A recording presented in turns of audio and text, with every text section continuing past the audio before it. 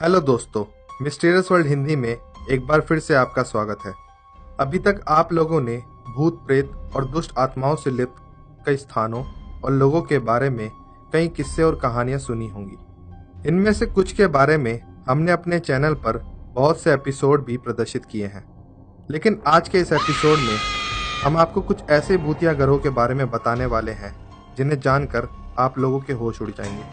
आज हम बात करने वाले हैं ऐसे कुछ भूतहा घरों के बारे में जिनमें वास करने वाली दुष्ट आत्माओं ने वहां रहने आए लोगों के सुखद जीवन को डर, सिरन और कुछ बेहद खौफनाक यादों से भर डाला। यह एपिसोड है कुछ ऐसे घरों के बारे में जिनमें एक या एक से अधिक दुष्ट आत्माओं का साया था और उन आत्माओं ने इन घरों में रहने आए लोगों को वहां से खदेड़ने में कोई कसर नहीं छोड़ी।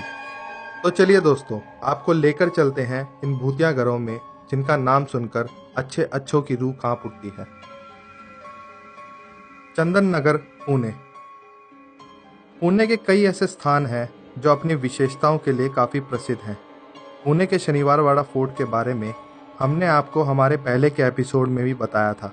पुणे में एक ऐसी ही भूतिया जगह है चंदन नगर, जहां रात के समय यहाँ के निवासी खौफसदा जिंदगी जीने पर मजबूर हैं। कहा जाता है कि कई साल पहले वहां एक मकान का निर्माण कार्य चल रहा था और निर्माणाधीन बिल्डिंग के दुर्घटनाग्रस्त होने के कारण एक 7 साल की बच्ची की मौत हो गई थी। इस दुखद घटना के कुछ दिन बाद से रात के 12 बजे के बाद कई बार उस मकान के आसपास एक छोटी बच्ची हाथ में एक गुड़िया लिए और सफ़ेद फ्रॉक पहने लोगों को नजर आने लगी। शुरुआत में तो सभी ने इस घटना को नज़रअंदाज किया, लेकिन कुछ ही दिन बाद यह बच्ची वहां रहने वाले कुछ लोगों और उसके माता पिता को सपने में आकर ये बताने लगी कि वो अभी भी जिंदा है।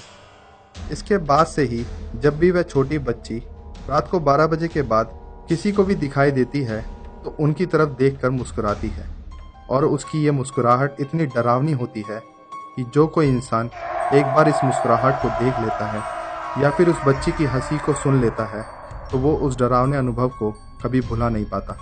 कुछ लोगों का तो यहाँ तक भी दावा है कि उस बच्ची का भूत लोगों से जिद करता है कि वह उसे अपने साथ लेकर चले, लेकिन अगर ऐसा ना किया जाए तो उस बच्ची का भूत उन लोगों पर हमला कर देता है और विक्टिम के हाथ पर एक काला निशान बन जाता है जो कई दिनों तक वैसे ही बना रहता है। इस छोटी सी बच्ची के भूत का खौफ पूरे चंदन नगर में कुछ इस तरह फैला हुआ है कि रात के 12 बजते ही इस पूरे एरिया में सन्नाटा पसर जाता है और अगर कुछ सुनाई भी देता है तो वो है सिर्फ उस बच्ची की डरावनी हंसी। सराय रोहिल्ला, नई दिल्ली। भारत की राजधानी दिल्ली के पश्चिमी भाग में स्थित यह इलाका एक बेहद भीड़ भाड़ और घनी आबादी वाला इलाका है, लेकिन रात के समय इस इलाके का बी ब्लॉक किसी सुनसान बियाबान में तब्दील हो जाता है। इसका कारण है इस एरिया के बी ब्लॉक का एक मकान। इस मकान में सन 2005 तक एक हंसता खेलता परिवार रहता था, लेकिन 1 नवंबर की दीपावली की रात ने इस परिवार की खुशहाली का दीपक हमेशा हमेशा के लिए बुझा दिया। उस रात वो परिवार दिवाली की खुशियां मनाकर सो चुका था, लेकिन एक पटाखे की चिंगारी से लगी आग ने पूरे घर को अपनी चपेट में ले लिया और पिछले 15 सालों से इस घर में रह रहे परिवार के सभी 5 सदस्यों की मौत हो गई। परिवार के कुछ लोगों ने आग से बचने के लिए घर की तीसरी मंजिल से छलांग लगा दी, लेकिन फिर भी वो लोग अपनी जान नहीं बचा सके। इस दुखद घटना के 2 साल बाद उस परिवार के परिजनों ने इस मकान को फिर से मरम्मत करवा के एक स्थानीय निवासी को बेच दिया, लेकिन इस घर में गृह प्रवेश करने के कुछ दिन बाद इस घर के नए मालिकों को यह एहसास हुआ कि शायद इस घर में इन लोगों के अलावा भी कोई और रहता है। उन लोगों को घर में लगभग पूरे ही दिन कुछ अनजान आवाज़ें सुनाई देती रहती थी।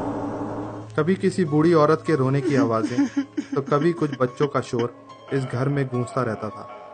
नए मकान मालिक बहुत जल्दी ये समझ गए कि इस घर में आज भी उस हादसे में मारे गए परिवार की आत्माएं वास करती हैं।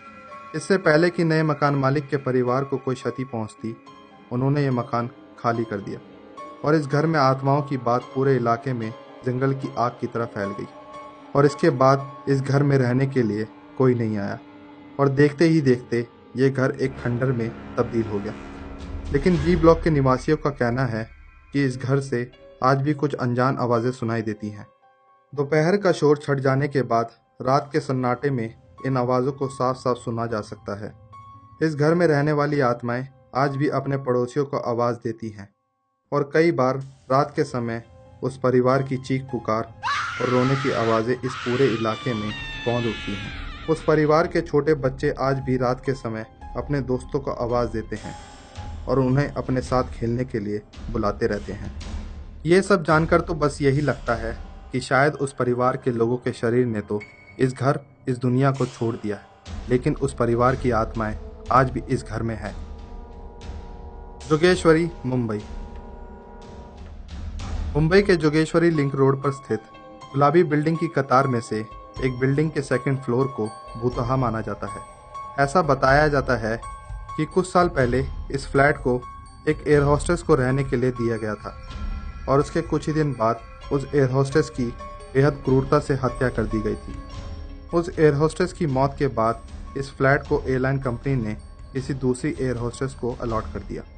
उस नई एयर होस्टेस को यहाँ रहते हुए हमेशा ही ऐसा आभास होता था कि मानो कोई हमेशा उस पर नज़र रखे हुए है, मानो उसे कोई हर वक्त देख रहा हो।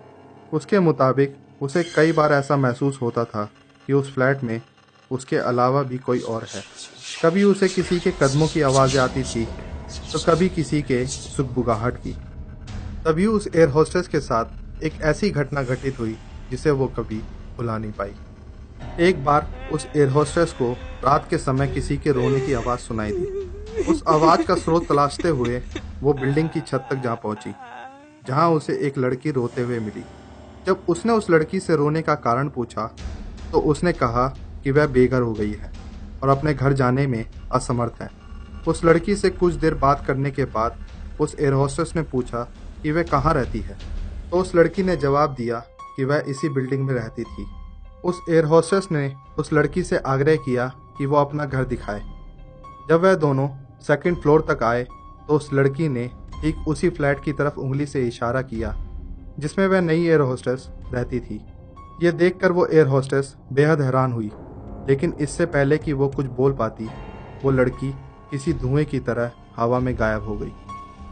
उस एयर होस्टेस के साथ हुए इस हादसे ने उसको इतना डरा दिया कि उसने कुछ ही दिन बाद ये घर खाली करने का फैसला कर लिया और यहाँ से हमेशा हमेशा के लिए चली गई। इसके बावजूद आज तक इस फ्लैट को 4 बार आवंटित किया गया है, लेकिन कोई भी इस फ्लैट में 3 महीने से ज़्यादा टिक नहीं सका। शायद उस लड़की का भूत ये नहीं चाहता कि उसके घर को कोई और इस्तेमाल करे।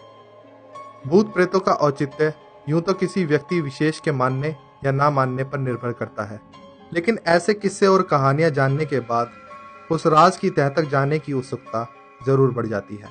वो राज है कि क्या वाकई भूत प्रेत या सुपर नेचुरल शक्तियां होती हैं? आपको क्या लगता है?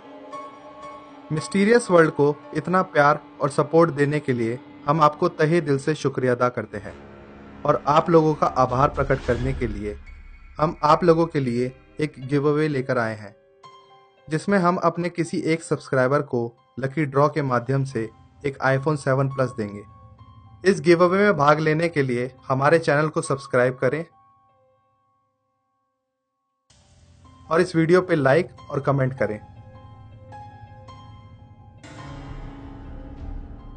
और साथ ही इस वीडियो के डिस्क्रिप्शन में दिए गए फेसबुक लिंक को अपने फेसबुक प्रोफाइल पर शेयर करें। एक बार फिर मिलेंगे एक नई मिस्ट्री, एक नए रहस्य के साथ। तब तक के लिए अलविदा।